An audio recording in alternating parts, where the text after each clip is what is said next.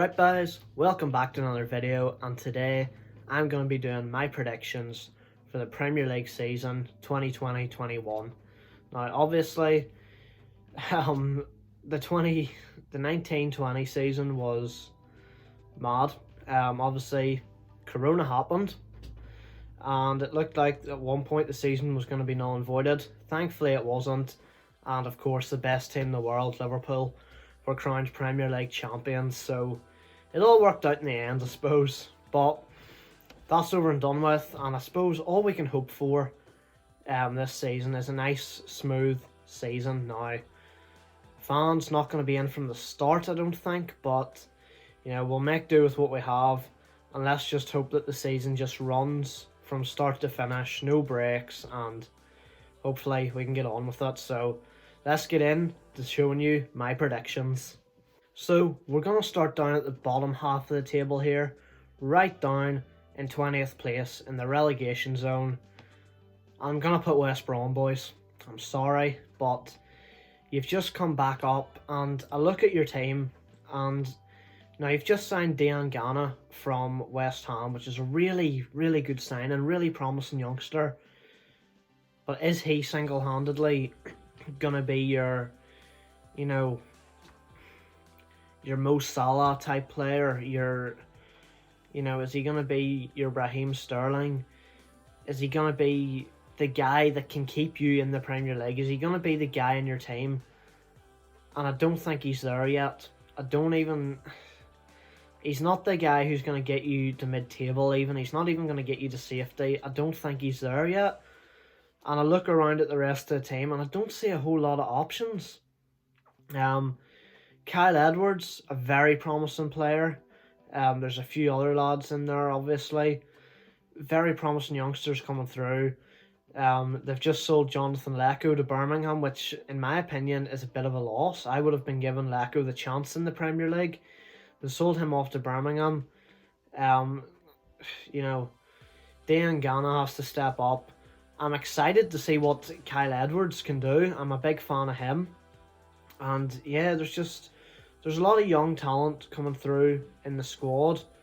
But I just think, looking at the teams in the Premier League, West Brom just stand out as a really weak link. And I don't think they have the strength to keep themselves up, lads. And I'm sorry, West Brom fans, but I'm putting you as bottom of the league for this season. In 19th, I'm going to put Aston Villa. Now, look, Villa got very lucky last season, right? And if it wasn't for Hawkeye not being on, they probably would have been down. Because in that Sheffield game, if that goal counts, if Hawkeye is working, Sheffield go 1-0 up. Sheffield go on to win that game. Even if it is only 1-0, Villa aren't coming back into that. I'm telling you now. And when Hawkeye is the difference between you staying in the Premier League and you going down, that's not good enough. Did Jack Grealish keep Aston Villa in the Premier League, or did Hawkeye keep Aston Villa in the Premier League? And even at that, I wouldn't feel comfortable as a Villa fan relying on Jack Grealish every week. And I know Jack Grealish is Villa through and through. And I know that even with the interest from the likes of Man United, that Grealish has never really come out and said, I want out of Villa. He's a lifelong Villa fan. You can't deny that has to be playing in his mind. And then there's the other problem. When Grealish isn't on the pitch, Villa, they look done. And it's the same kind of West Brom Diangana situation. Now, obviously, Grealish has had a season in the Premier League. He's had loads of seasons with Villa to prove that he's the guy to keep them up. But I wouldn't. To me, Hawkeye kept Aston Villa in the Premier League, and that doesn't fill me with a whole load of confidence. They got really lucky. I don't think they're going to get that lucky this season, lads, so they're 19th, and I think they're going down. Fulham fans, I'm sorry, you are going down again. You haven't survived, but you are going 17th, right? And here's why I think you're not going to be rock bottom, and even Villa are going to go below you. I think Fulham have learnt their lesson from the last time they were up that you can't just spend 100 million on a whole new team and expect it to just keep you in the Premier League. Life doesn't work that way. So, while I think they've learnt their lesson, I still don't think it's going to be enough, and they're just one of those teams that aren't ready. And maybe being that yo-yo team, going down and rushing straight back up isn't always the way. Like, I know you want to go out and you want to win every game, and you should never go out and throw games just because you think we don't want to finish in this position, but you know, I think they're just not ready. They're not ready to be a Premier League quality team. They're not even much better than Villa, and Villa, again, as I said the last time, shouldn't be in the Premier League still, in my opinion. But Fulham just aren't ready. They haven't made any signings that I think are going to change the game. What I can see happening is probably for the best. Fulham go down to 17th, and I think I can see the likes of Josh Onuma, Michael Hector getting Premier League moves, and then Fulham are going to have to build again because they're not going to have the same squad to jump right back up. And again, that might be for the best, so rather than rushing straight back up. So Fulham to finish 17th and be the final team to get relegated this season. In 17th, I'm putting West Ham, and you might think that's really low down for West Ham, and I agree. But what is it about West Ham? They've got Felipe Anderson, Yarmolenko, Haller isn't a bad player, Issa Diop at the back. They've got a good squad, in my opinion, a squad that I reckon a half-decent manager, and if those players actually worked, could get them pushing on 10th probably. But they just don't do it, and if you have to look deeper than just the players, right? If you look at that West Ham team and you just look at it, I'm putting them about 12th. But when you go deeper in and you think about how they generally do every season, they get hyped up, they buy someone big like Felipe Anderson, everybody's like, this guy's going to change things, he's going to come here, he's going to do things, and then they disappoint. And I expect nothing more from them this season than to be a team with a lot of good players that just don't work. So West Ham 17th, you're going to survive, but it's going to be another poor season from you. Now 16th is going to be Crystal Palace, and they're not a good side, lads, right? And the problem, this is regardless of whether they lose Zaha or not, right? There hasn't been the rumours this year that we normally have. It's like this never-ending spiral with Zaha. Towards the transfer window, he plays out of his skin because he wants to get that move to Arsenal or whatever. Whenever that move doesn't happen, when the window shuts, he plays crap for a few weeks and then he just goes back to kind of, above average. But that, I think his form has dipped in recent seasons. I think he had that one window where he was really, really, really heavily linked away from Selhurst Park. And it was kind of one of those now or never situations. Like, it didn't happen then. I don't think he's going to get a big move now, or when he does, it's just going to be too late. And he has no desire to play anymore. And Palace just can't cope without him. If he gets injured or whatever. I remember when the league came back after lockdown, Liverpool played Crystal Palace, and Liverpool against Crystal Palace is really dodgy. Palace have a record of beating us lately. Zaha goes off injured, and at that point I said, game's done, we've won. And I was right, we beat, I think it was 4-0 that night. They looked like nothing without him, they can't cope. And people will talk about Roy Hodgson as a manager in different ways. People will say he's good, he's a veteran, he knows what he's doing. To me, he's old school, he's in the past. It's slow-born football, it doesn't work. You need to speed it up, Roy, and to me, he needs to go and retire. They need a younger manager, someone with a bit of modern day about them. he's stuck in the past. He hasn't evolved. And Palace, they get some scrappy wins to do, and Selhurst Park is a really difficult place to go for any team, no matter what end of the table you're at. In fact, especially for the top 4, 5 or 6, really dodgy, I would say, but they don't have it in them to get a good finish this year, so 16th is respectable for Crystal Palace this season. So in 15th, I've gone for newly promoted Leeds. It's a big season for Leeds. Back in the Premier League, their fans have been saying for years, we're good enough, our players are good enough, we should be in the Premier League. And I think the fans have a bit more expectation. I think they're hoping for like a Wolves or a Sheffield where they're going to finish 7th, 10th. I don't see it happening, Leeds. I'm going to be honest with you. But I do think that you're ready to survive, and survive decently. I would say with 2 or 3 games to go at least, should be safe. And if it comes to it, at least heading into the final day, you will be mathematically safe. I have a lot of faith in Leeds to stay up. I'd like to see them stay up. Obviously, they face Liverpool on the opening day. Really tough game. Hopefully their season gets off to a losing start, but I hope you pick it up after that. Be really nice to see you back up. And I do believe you have a decent team. You know, made a couple signings. Ian Meslier, the keeper, I'll probably butcher his name, but you know, he's come back. Is he going to be the starter? Is Kiko Casilla going to keep that place? I don't know. I think, did he sign Jack Harrison from Man City? Was that another loan deal or a permanent transfer? Not sure, but another good signing there.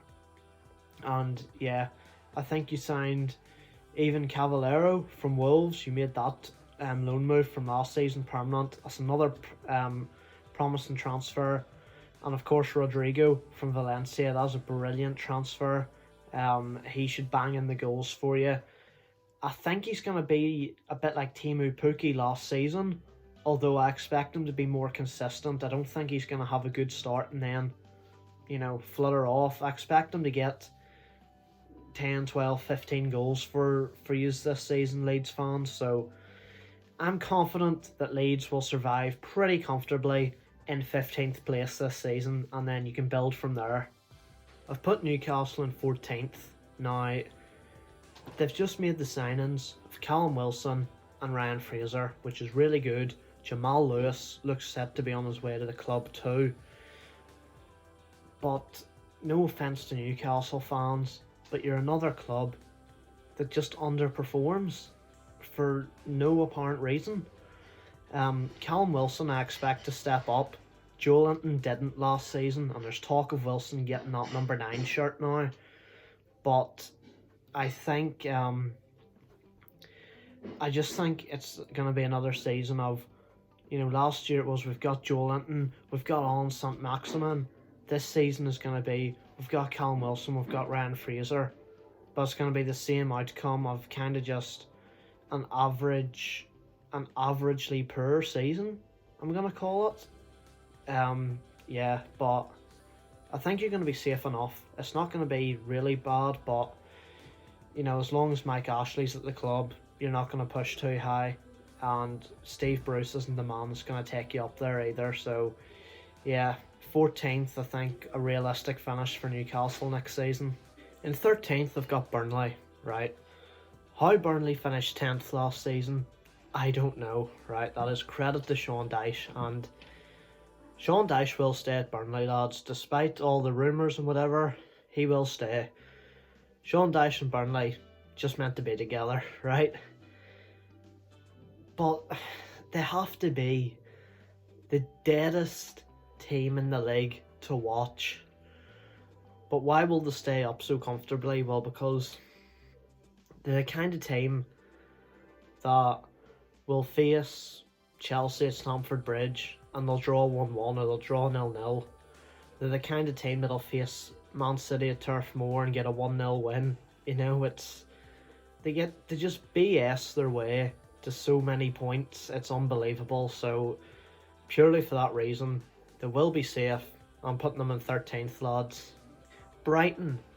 A lot of people have them tipped to go down, and they did last season too. And last season, I kind of would have agreed. But this season, I don't know why. It's because of the transfers they made. Something about them. It just gives me a good feeling for Brighton this year. I feel like they're going to have a very positive season. Adam Lallana on a free transfer and Joel Veltman for £900,000, which is absolute pennies in modern day football.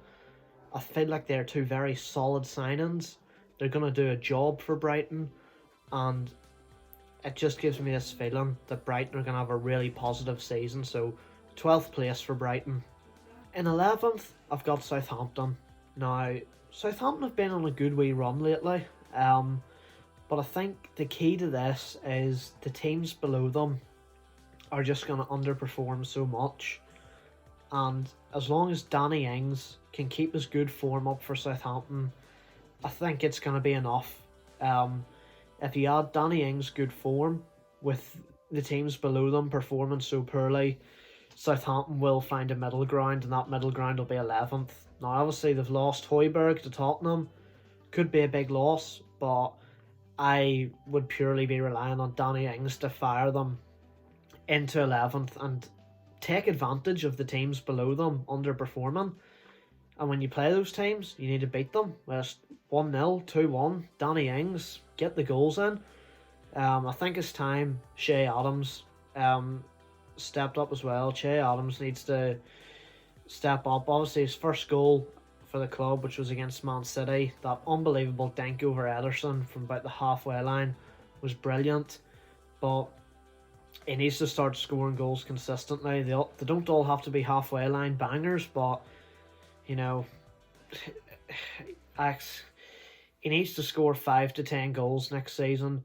Danny Ings needs to be 15-20 goals, I say. If you do that, you're doing well. And yes, hopefully, if this all does kind of work out for them, you add Danny Ings' good form with other teams underperforming, Southampton should find that middle ground of 11th place this season.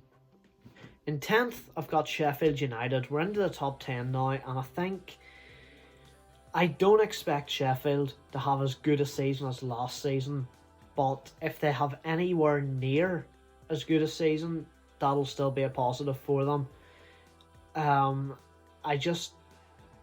Looking at the teams below them, from what they showed last season, they are capable of getting many, many points off them. But when you look at the teams above them, you're kind of heading into European places there, or the original top 6, 7, and I don't think they're ready for that at all. So I think with teams below them and above them, teams just in and around that wee bubble, strengthening, I think 10th place, slightly lower than last season, not a big drop, but I don't see them going up any, so 10th place for Sheffield United. Now, as a Liverpool fan, it pains me to say this, but I think Everton are going to make it into the top 10 this year. I think they're going to end up 9th, and the reason I say that is they've strengthened properly. Alan from Napoli into the team, good signing, really good signing. James Rodriguez from Real Madrid, another brilliant signing. Obviously, has close ties with Ancelotti, so that signing makes sense. I think Doucouré is hopefully coming in from Watford, and what I respect about that signing is I think Everton went for him last summer, Watford said no, and they've just gone straight back for him this summer, and they're probably going to bully Watford into selling him for a lower price too, because Watford are relegated. And as a Liverpool fan, take Jamal Lewis for example, who now looks to be heading to Newcastle for around 13-15 million. We had a £10 million bid for him rejected. Norwich were like, we want 20. We could have went in and said, hang on, you're relegated, we're in the Premier League, we're Premier League champions, he's going to want to come to us and you need the money, we're going to bully you into selling him. 13 million would have done. Liverpool just gave up and went and signed Tsimikas. bully them, right? Everton are not a big club, right? I'm not even going to apologise. I'm not even going to say that's me being biased. Everton are not a big club. And they're going to bully Watford into selling Doucouré to them for lower than what they really want. That's the way football should be. They're just going to go to Watford. We're in the Premier League. Yous aren't. Yous need the money. He's going to want to play Premier League football. This is how it goes down. It's not negotiation. It's what the Premier League club says goes. That's how football works. You see it too. Barca, Real Madrid come calling for the players. They want to go. This is how football works, right? So that's a smart signing if it goes through. And like I said, Allan and James, really strong signings. I don't think Everton are close to heading back to Europe. As close as 9th place might seem, I still think in terms of quality they're a long way off. You look at Dominic Calvert-Lewin up front, not good enough. Richarlison, these are the kinds of signings they need to make to keep him around, because Richarlison, I don't know how much longer he's going to give it. He hasn't expressed a want to leave, I don't think, but I think it's inevitable. A player of his ability, the head's going to grow and he's going to want to leave Everton. And I look at the rest of that team, Mason Holgate, just Tom Davies.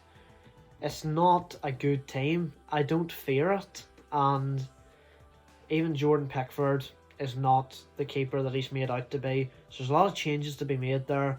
But the signings they've made have generally impressed me so far. Allan and James, should be Doucouré coming in as well. So I think Everton, you're going to pull yourselves up into 9th this year. I'm sorry, Wolves fans, but Europe just is not for you right now. You've had your mad first season back. You've had your run in the Europa League. And I think now it's just time to sit back and take a chill pill. It's caught up on you a wee bit. And I think this season is really going to be that season where they're just going to have to recover. We've seen it happen with the likes of Burnley in the past, where they've got into Europe, don't have the squad depth, don't have the same money obviously as a Liverpool or a City or an Arsenal even, or even a Chelsea, and it just takes a toll on them. And for clubs like these, it's unfortunate to say, but it's either League or Europe. Do you want to finish well in the league, or do you want to do well in Europe? And obviously you finish well in the league, you end up in Europe. And for these teams, it's almost like a punishment rather than a gift. I think a lot of people, including myself, wanted Wolves to win the Europa League. Didn't happen, unfortunately. Thank goodness United didn't win it, is all I can say. Come on. But no, I think you need an off-season, Wolves, with no European football, not trying to push higher than you need to, play your regular football, get points where you can get points, but don't be, in a season where you'd normally give 120%, maybe drop to 90, even 100%. Don't murder yourselves this year, lads. So, 8th place for Wolves. Jose Mourinho celebrated getting 6th on the final day of last season. Does that not just tell you everything, lads? Tottenham are not good enough, right? They're going to get into Europe because I think Wolves, like I said, are going to drop off. You have Everton below that who are not good enough for Europe. Sheffield not good enough. Basically, they're the closest team who are good enough for Europe, and they're just going to get it. They're going to get 7th. Well, playoffs, European playoffs are going to get, but the fact that they celebrated finishing 6th, they just about finished 6th, and they haven't really done anything in the transfer market. Yes, Højbjerg came in. He's not going to change that Tottenham squad. Obviously, you can't do anything about the likes of a striker position because you can't sign a top-class striker because Harry Kane's going to start every game, we know that. But you look at the team, Kane, Son, Lloris should be a good keeper. Lucas Moura has proved he can do it when given the chance. I think Bergwijn needs to step up a bit. The team's just not good enough at the minute, and 7th place, I think Tottenham fans should actually be more than happy with that. Sorry Spurs fans, Arsenal fans, you can celebrate. I've put Arsenal in 6th, 1 place above Tottenham. I still think Arsenal are a bit of a lost cause, right? But like I said, I have this weird feeling that a lot of teams are going to underperform this season. The likes of Wolves, especially those teams from about 15th down to 20th in the league, are going to be really, really poor. It's not going to be a tight race. I feel like there's going to be a big gap somewhere about 12th, 13th in the table. I really feel that way. I just think Arsenal are just going to do enough. Mikel Arteta is showing signs, right? And something about him just makes me think, I feel like they're going to do all right this season. And, I expect to see a lot less mistakes than last season. Obviously, what do you do about David Luiz? I expect him to, if not step up, at least wise up and just play it simple. Get the wins where you need the wins. You don't have to set the league alight, but just 5th place Arsenal, yeah. 6th place Arsenal. That's all I have to say about it. And I think they are going to do enough to get back up there. Mikel Arteta is showing signs, as I say. They're not right up there yet, but they're getting there. They have improved since, the middle of last season, since we came back from lockdown. So, yeah, 6th place for Arsenal. 6th. Now, I'm talking about Wolves and different clubs underperforming this season. One club that I think is going to not underperform, they're going to step their game up a wee bit, is Leicester City. Now, last year at a point, Leicester were 2nd in the league, battling Liverpool for the title, and City looked out of it. And they threw it all away, right? And it became all about, it was never really Liverpool and City last year. Liverpool had the title wrapped up, but you know what I mean? City got back up into 2nd, and Leicester just threw everything they had away. I think they're going to step up a bit this season. I don't expect them to ever be in 2nd or challenging for the title, but I think they're going to say, right, we're getting in these European places. We're staying here. Nothing silly. All right, we're not sliding down in the final months of the season. So, Brendan Rodgers is a good manager, and times are tough. But if Jamie Vardy can keep banging in the goals, Harvey Barnes a good prospect. I rate Rodgers as a manager. Obviously, the things he done for Liverpool, he's proved he can do it. So, is there a lack of depth?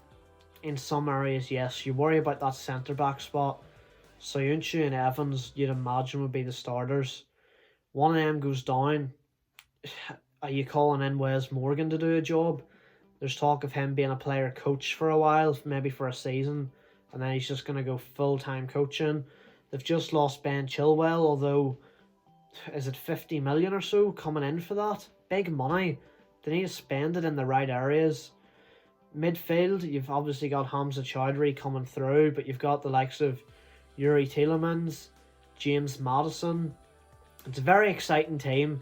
They just need to use it properly. So I think Leicester are going to step up a bit.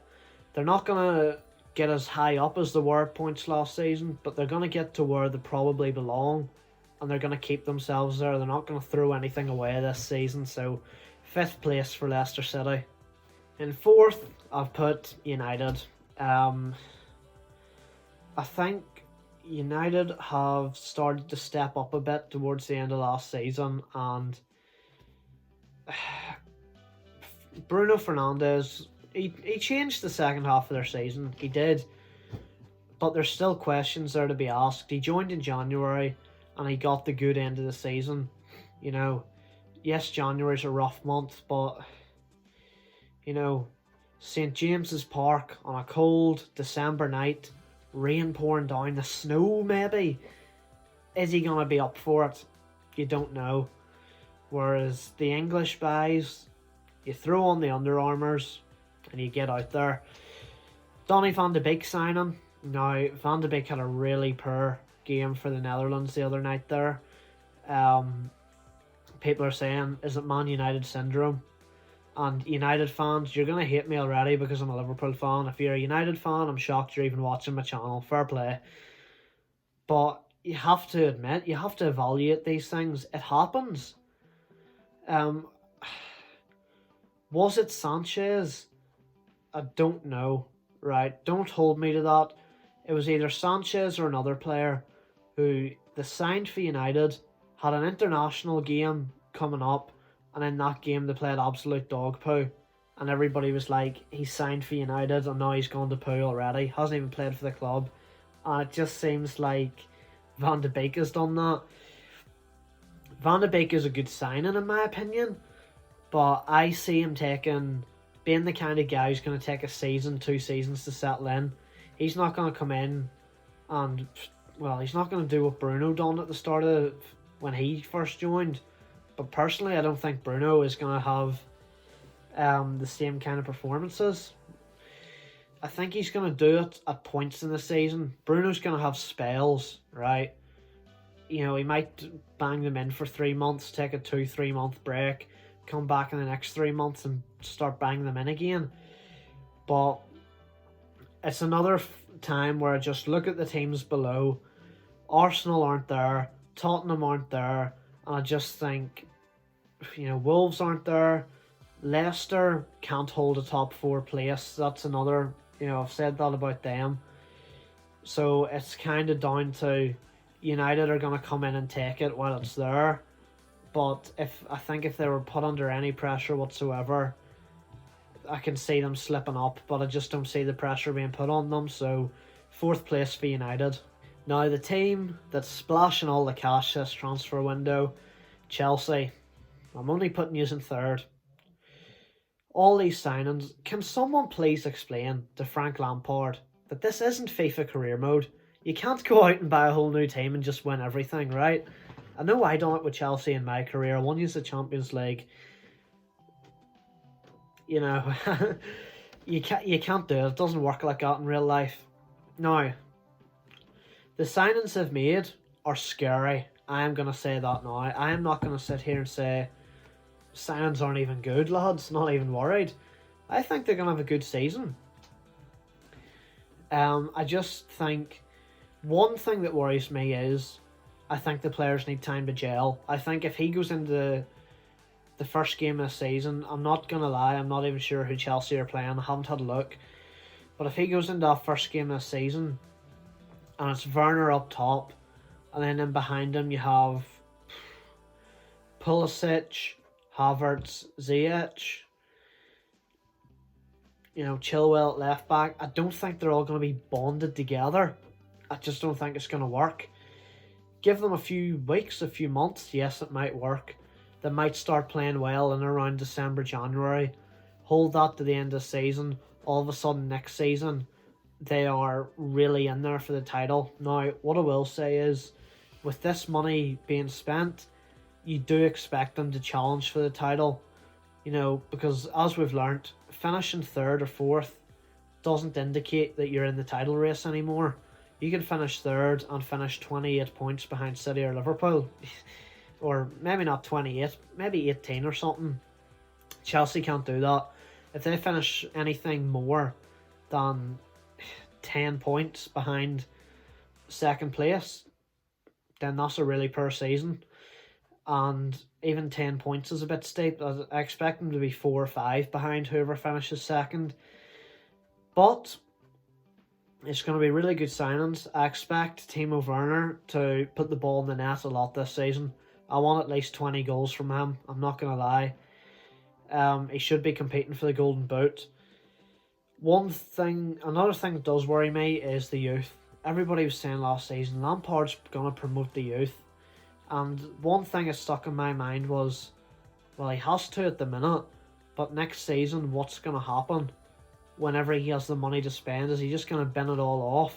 And I thought he probably would, and I was like, yeah, of course he's going to bin it off. But if I could have picked one player who I thought he's fine, he's done his bit, he's earned his place, he's a first teamer now, it's Mason Mount. And if you name that front four, Werner, Pulisic, Havertz, Ziyech, Mason Mount's not in that now. I think Mason Mount has spoken out about that already. I think it was particularly Kai Havertz. That was the signing he wasn't happy with. And that's going to be a big problem.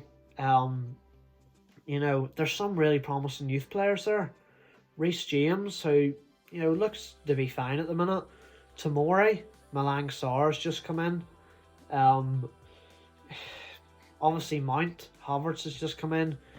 Billy Gilmour, I feel, is a different kind of situation. Billy Gilmour was not expected to play a lot in the Premier League. The lad's still really young, whereas I feel Mason Mount is like a level above in maturity, so he was ready to play 38 Premier League games this season, and he's going to be unhappy now, and Lampard's going to have to find that balance. But really, really good signings, I will say that, and they have to be in the title race. They have to be it has to be at least a 3-horse race with Chelsea in it, but I still see them coming third this season.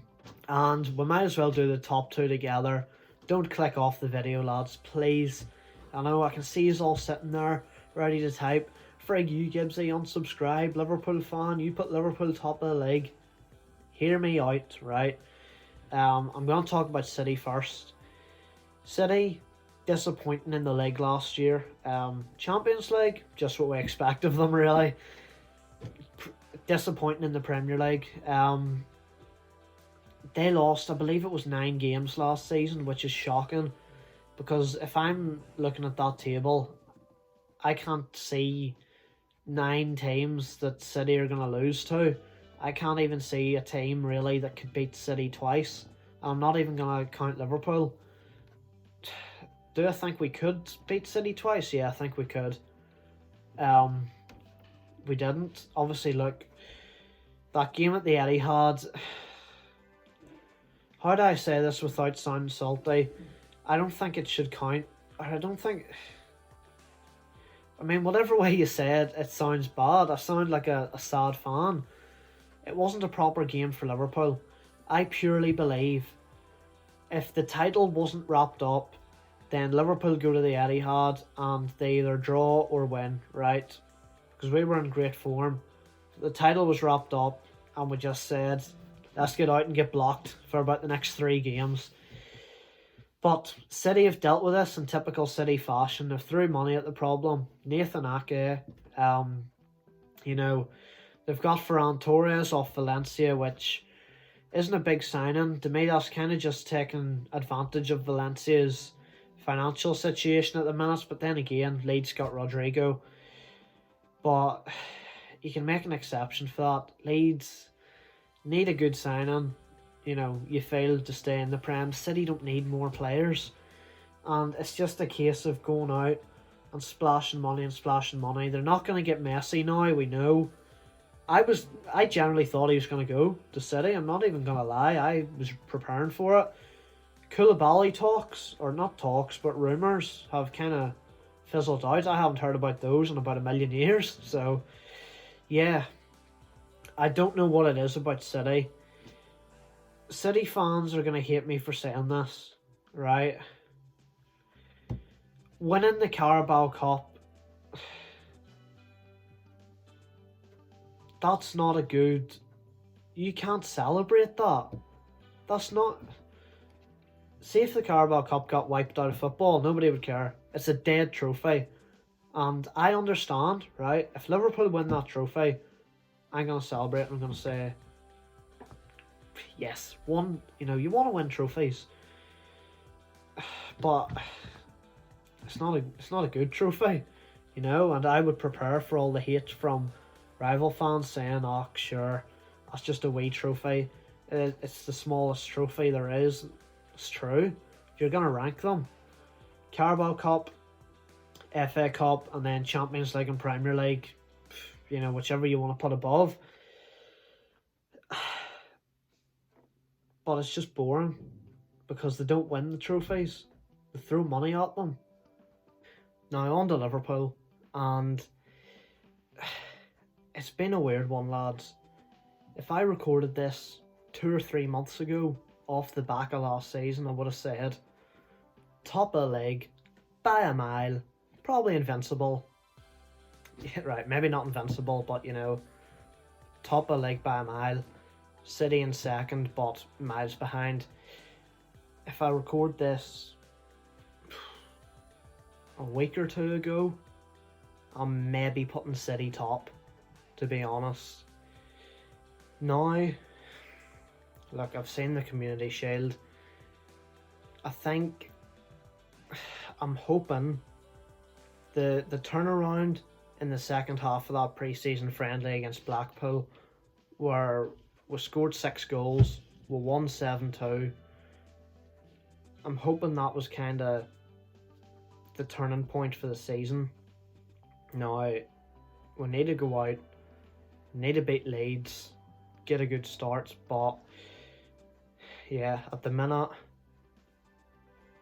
I'm praying for us to retain the title, but I am not, it's not going to be runaway. 1-2 points in it, I think. I think both Liverpool and City are going to drop points in weird places. You know, you look, I can see us losing 5-6 games this season, and it's another case of, when you look at the league, I don't see 5-6 teams that could beat us, but it'll be a case of maybe lose to City at the Etihad. You know, maybe you do something stupid and lose to Arsenal at the Emirates, but then it'll be an all case of 2-1 loss at Selhurst Park, a 1-0 loss at Turf Moor, stupid results like that. But I'm hoping just we're able to stay on top. But I don't think, we don't look fit at the minute, we don't look ready, I'm not gonna lie.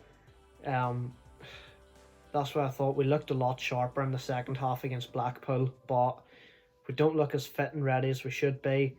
I haven't seen City pre-season, obviously, I can't judge. We're not making signings either. Tsimikas is in, but it still doesn't fill me with loads and loads of confidence. But I'm going to stick by us, and I'm going to put Liverpool to win the Premier League for the second year in a row, lads. So lads, that was my predictions for the Premier League season 2020-21. Let me know your predictions in the comments. Tell me how wrong I was to put Liverpool top. And hit the like button, because I didn't relegate United, Chelsea and City. What can I say? I'm a fair man. Thanks for watching. Hope you enjoyed it. I'll see you next time, guys. Cheers.